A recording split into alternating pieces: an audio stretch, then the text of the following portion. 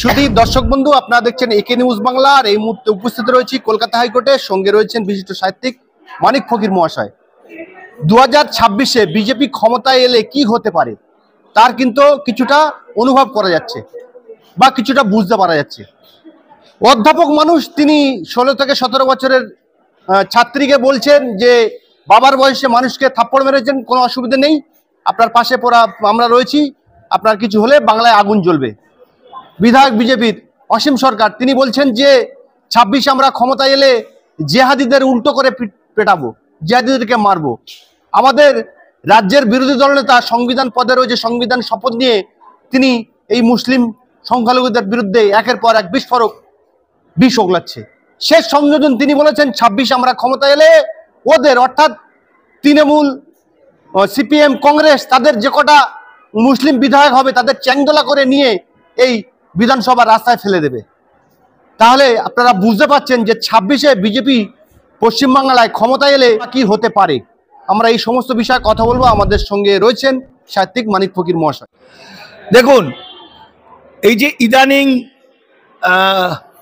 ভুয়ো ভোটার শুরু হয়েছে, মুখ্যমন্ত্রী মমতা বন্দ্যোপাধ্যায় কিন্তু একটা বারের জন্য বলতে পারছেন না বা বলতে চাইছেন না হয়তো যে ভুয়ো ভোটার বলতে আমরা যেটা দেখছি সবটাই হচ্ছে বাংলাদেশ থেকে আসা এবং সবাই বিজেপিকে ভোট দেয়, তৃণমূলের পতাকা নিয়ে যাচ্ছে, সিপিএম এর পতাকা নিয়ে যাচ্ছে, কিন্তু ভোটটা সে বিজেপিকে দিচ্ছে। কেন দিচ্ছে? তারা হিন্দুত্ববাদী, হিন্দুত্ববাদ, ব্রাহ্মণ্যবাদ তাকে এমন ভাবে গিলে দিয়েছে এবং তার মাথায় এমন গোবর ঢুকিয়ে দিয়েছে এবং গরুর মুখ ঢুকিয়ে দিয়েছে। তারা কিন্তু আপাত দেখতে তৃণমূলী, আপাত দেখতে সিপিএম, কিন্তু বাস্তবে তারা কিন্তু বিজেপির ভোট বাক্সকে বাড়াচ্ছে। যে কারণে পশ্চিমবঙ্গের এই পৌরসভা নির্বাচনে দেখা গেল যে বিজেপির সমস্ত জায়গায় পৌরসভার সবচেয়ে বেশি ভোট পেয়েছে এবং বেশি কেন্দ্র দখল করেছে বিজেপি। ফলে আমরা যেটা করতে পারি, অসীম সরকার বলেছেন যে আলটিমেটলি নাচতে নেমে ঘুমটা টেনে তো লাভ নেই। অসীম সরকার ঘুমটা টেনছেন এবং কায়দা করে বলার চেষ্টা করছেন। উনি বোঝাতে চেয়েছেন 26 সালে এলে মুসলমানদের এনকাউন্টার করে মারবো। ও এনকাউন্টার মানেটাও জানে না। যখন সে বলছে একজন বিধায়ক, না ওসব মানে ও তো 8 পর্যন্ত পড়েছে, হ্যাঁ 8 পর্যন্ত পড়েছে। এবং অসীম সরকার ব্যক্তিগত জীবনে অসীম সরকার 1976 সালে বাংলাদেশ গোপালগঞ্জ থেকে 18 কিলোমিটার দূরে সাতপাড় পশ্চিম পাড়ার মানুষ, সেখানে সাতপাড় দীননাথ বয়লা হাই স্কুলের উনি 8 স্টুডেন্ট ছিলেন এবং তিনি আসলে মণ্ডল, নট অসীম সরকার, অসীম মণ্ডল দেশভাগ্যের ওই বাংলা 1971 মুক্তিযুদ্ধের সময় একবার ভারতে আসেন, আবার ফিরে যান, কিন্তু মাঝে মধ্যে উনি ভারতে আসতেন খঞ্জনি বাজাতে। হ্যাঁ, ওনার একটা দলের সঙ্গে, কীর্তন দলের সঙ্গে উনি খঞ্জনি বাজাতেন এবং কেঁদে কেঁদে খঞ্জনি বাজানোতে তার খুব নাম ছিল। 76 সালের পরে তিনি অবৈধ পথে কাঁটা তার পেরিয়ে ভারতবর্ষে আসে এবং আসার পরে পাকাপাকিভাবে ভারতবর্ষে থাকে। ও বনগাঁ রেল লাইনের ধারে ঝুপড়িতে থাকতো আর ট্রেনে ভিক্ষা করতো।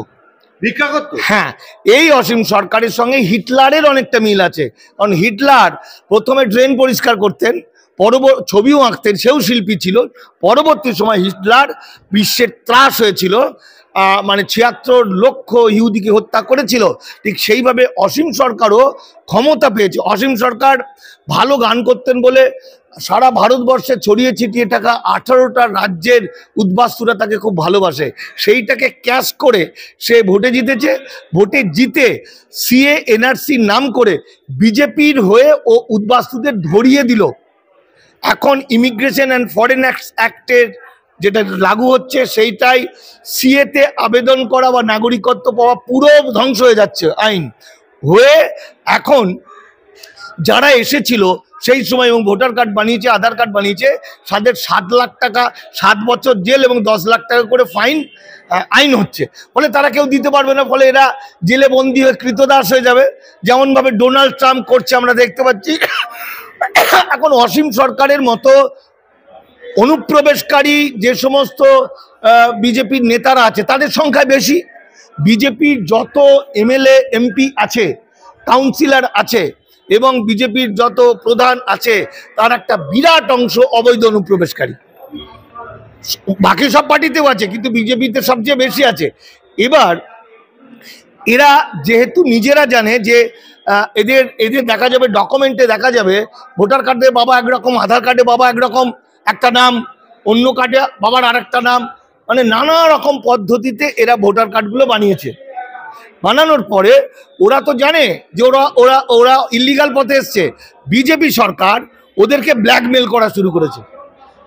যেমন যেমন নিখিল ভারত বাঙালির সমন্বয় সমিতির সুবোধ বিশ্বাস, তার বিরাট নাম, সেও 79 সালে এসছে।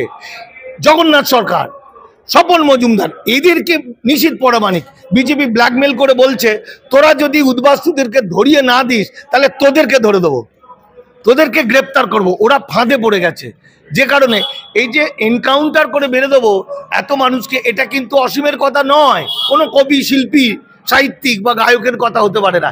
বিজেপি ওকে দিয়ে করাচ্ছে, হিন্দু মুসলমান বিভাজন করার জন্য করাচ্ছে, এবং আখেরে এদেরকেও ধরবে।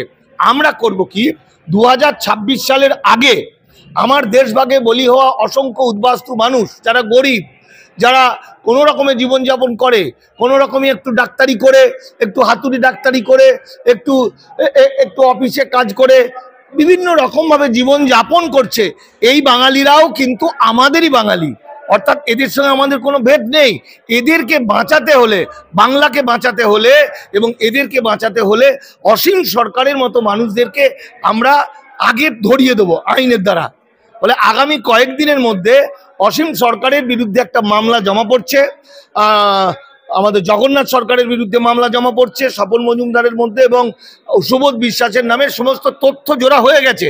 তারা ইল্লিগাল মাইগ্রেন্ট হিসেবে জমা পড়ছে এবং ভারতের আইনে অবৈধ অনুপ্রবেশকারী অসীম সরকারকে 7 বছর জেল এবং 10 লক্ষ পর্যন্ত টাকা দিতে হবে এবং তাকে পুশব্যাক করবে ভারত সরকার। ফলে 2026-এ অসীম সরকার এনকাউন্টার করে ভারতবর্ষের বাংলার মুসলমানদেরকে মেরে তাড়ানোর অনেক আগে ও জেলখানায় বসে বসে কাঁদবে। 2026 যখন ভোট চলবে তখন তিনি জেলে বন্দি অবস্থায় কান্নাকাটি করবে। এটা হচ্ছে গ্যারান্টি, গ্যারান্টি, গ্যারান্টি। কারণ আইনের চোখে সকলেই সমান। অবৈধ অনুপ্রবেশকারী যারা রাজনৈতিক ক্ষমতা নিয়ে, যারা ব্যক্তি স্বার্থের জন্য আমার দেশভাগে বলি হওয়া অসংখ্য মানুষ, সে হতে পারে মতুয়া, হতে পারে নবশূদ্র, হতে পারে যে কেউ মানুষ, হতে পারে রেল লাইনের ধারে ধুবড়ি করে বসবাস করছেন, হতে পারে মুটের কাজ করছেন, হতে পারে আলু পটল বিক্রি করে, এই যে অসংখ্য মানুষ, গরিব মানুষ, এদের তো কোনো দোষ নেই। এদেরকে বাঁচাতে এই মানুষগুলোকে, শয়তান নরখাদকগুলোকে আমরা মামলা করে আগে ধরিয়ে দেবো। আপনাদের এই ভিডিও যদি বাংলাদেশে যায়, বাংলাদেশের বহু লোক আমাকে চেনেন, তাদেরকে বলছি এখানকার নেতাদের, পলিটিক্যাল নেতাদের তথ্য পাঠান, ওদের আমরা এনকাউন্টার করা কি জিনিস, আসলে ওরা যেটা বলেছে মানে অসীম সরকার, সেটা আসলে ওর পিছনের দিকে ঢুকবে, সেটাই হয়তো প্রমাণ করে দেবো। আমি মানিক ফকির বলছি। আপনার কথায় আমি বলছি, আমি কিছু বলছি না, যে অসীম সরকার একজন মুখ্য মানুষ, 8 পর্যন্ত পড়াশোনা করেছেন। আপনি বলছেন যে অনুপ্রবেশকারী, একজন মূর্খ অশিক্ষিত অনুপ্রবেশকারী হয়ে সে এই দেশের বৈধ নাগরিকদেরকে এনকাউন্টার করে মেরে দেওয়ার এত বড় সাহস সে পায় কোথা থেকে? এটা তো অত্যন্ত গুরুত্বপূর্ণ কথা বলছেন আপনি। আমাদের পশ্চিমবঙ্গের, ভারতবর্ষের অবস্থাটা এমনই, বিশেষত এই রমজান মাসেও মুসলিম ভাইদের উপর যেভাবে টর্চার চলছে, এখানকার মুসলমানরা বেশিটাই ধর্মান্তরিত মুসলমান।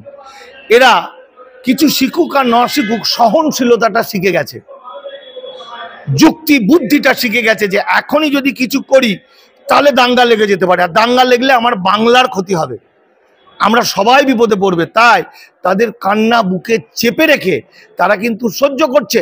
আজও মুসলমানরা বলছেন, অসীম সরকার বলছে মুসলমানদের এনকাউন্টার করে মেরে দেওয়া হবে, মানে মুসলমান শব্দটা ব্যবহার না করে কায়দা করে বলছেন, আর মুসলমানরা বলছে অসীম সরকার এলে ওর কাছে একটু গান শুনবো। অসীম সরকার এত বড় একজন গায়ক, ও এলে ওকে একটু জল খাবো, বসাবো, আলাপ করব এবং একটু গান শুনবো। অনেক মুসলমান বলছেন, কারণ বাংলার মুসলমানরা দাঙ্গা বিশ্বাস করে না। বাংলার মুসলমানরা মনে করে যে মাটিতে আমার জন্ম, সেই মাটিতেই আমি প্রাণ দেবো। ফলে বাংলা এবং বাঙালি জাতিকে রক্ষা করতে গেলে মুসলমানরা কিন্তু উদ্বাস্তুদের বাঁচানোর জন্য, এই যে নওশাদ সিদ্দিকীও বলেছে, নওশাদের দাদা আব্বাসও বলেছে, খোবায়েব আমিনও বলেছে, এই রুহুল আমিন পীরজাদারাও বলেছে, আমাদের কামরুজ্জামান ভাইরাও বলেছে, এই মুসলমান ভাইরা এরা কিন্তু আমাদের দামাল বাংলার সংগঠনের মিটিংয়ে একদিন বলেছিলেন এবং কাজও করেছিলেন যে উদ্বাস্তু ভাইরা আমাদেরই আত্মীয়, এদের বাঁচানোর জন্য ব্যাপক লড়াই করতে হবে এবং আমাদের বুক থেকে উদ্বাস্তুদের কেড়ে নিতে দেবো না। উদ্বাস্তুরা এমন খারাপ ব্যবহার করেছে ওদের দিকে, এখন মুসলমানরা অভিমানী, কিন্তু সেই অভিমানটা কেটে যাবে। আমি বিশ্বাস করি বাংলার উদ্বাস্তু দেশভাগে বলিহা মানুষগুলোকে বাঁচাতে হিন্দু মুসলমান হাতে হাত মিলিয়ে আমরা ব্রাহ্মণ্যবাদের চোখে চোখ রেখে ওদেরকে ধ্যাট করে বাংলা থেকে তাড়াবো। এটা আগামী দিন, এনকাউন্টার হবে না, বরং সেই দিনগুলোতে অসীম সরকারের মতো বদমাইশগুলো জেলখানায় বসে বসে দিন গুনবে যে কি পাপ করেছে, কারণ তাদেরকে পুশব্যাক হতে হবে 5 বছর না 7 বছর পরে।